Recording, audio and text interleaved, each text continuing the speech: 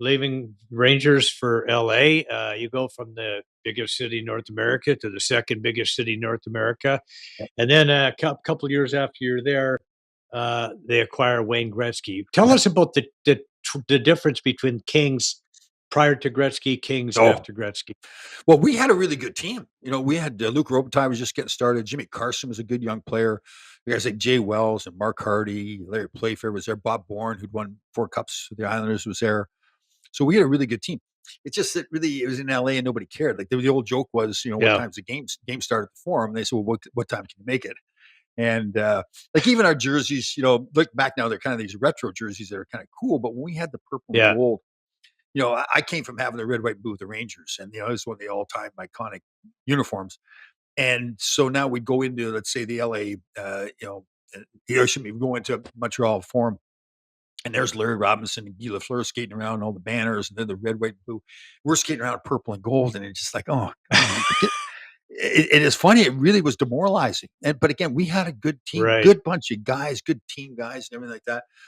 So then, I remember when Wayne got traded, I was, again, ESPN was the only source of sports back then.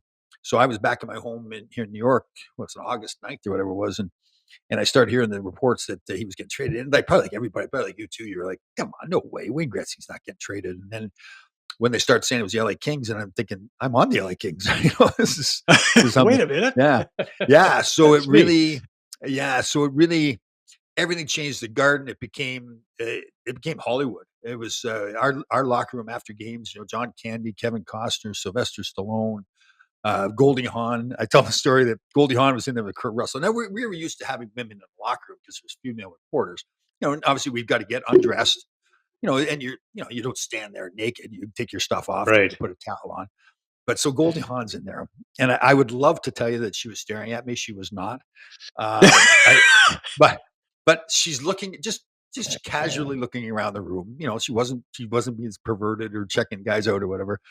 May And have so she's glanced got in your direction. He may have yeah. glanced in your So direction. Yeah, yeah. what happened was just as she was coming around the room, I had dropped my gear, so I'm standing there naked, and she's looking at me. Now she probably looked at me for like 0.6 seconds or whatever it is. It's like, Right, right, right.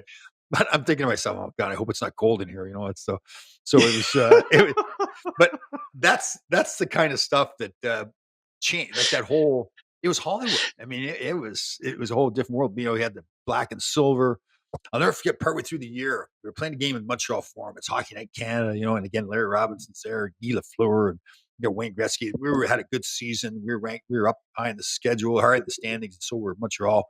And Ray Scampanello, the old linesman, was a great guy. And so it was opening face off. I'm on the bench right by the blue line, and he's getting ready. He's on the blue line right by the bench. And he turns, he looks at me, he goes, Tommy, this is unbelievable. He was excited because he just sensed the whole, it's a Montreal Forum, all the great players, Hockey Night Canada. So it went from being, again, we still, probably obviously the team was better with Wayne, but we had that good team before Wayne. But we were kind of irrelevant, and now we became not just relevant, but we were the place, and it was a place that when I got traded. The story, a lot of people thought, well, geez, why do you want to go to LA to play? It's an awful place to play. And once you get there with the weather, and then Wayne shows up, and you think, man, this is the best place to play. So it was pretty cool.